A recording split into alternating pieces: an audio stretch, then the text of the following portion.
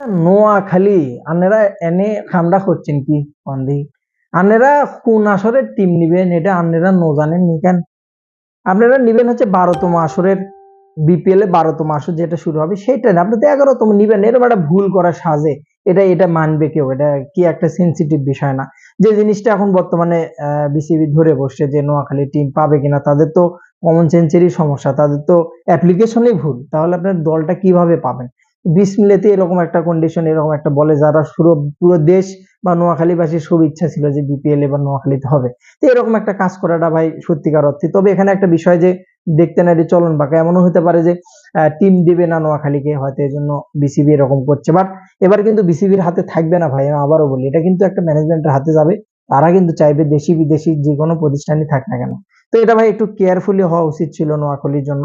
এখনো যেহেতু ঝুলে আছে, দেখা যাক, হয়তো আরো দ্রুত কাজটা হতো, কিন্তু এখন একটু ঝুলে থাকবে।